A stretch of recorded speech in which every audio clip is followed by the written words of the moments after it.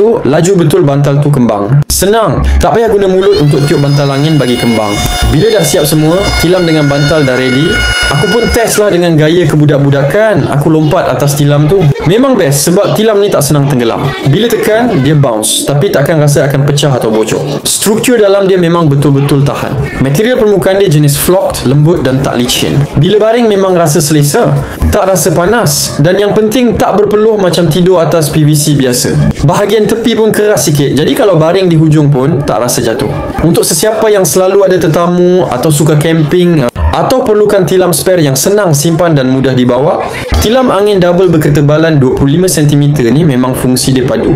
Dari pengalaman unboxing sampai siap guna, memang rasa berbaloi-baloi. Kalau kau nak rasa pengalaman yang sama, selesa, tebal, senang pasang, siap motor pump, siap bantal free, dapatkannya di beg orange sekarang sebelum stok licin.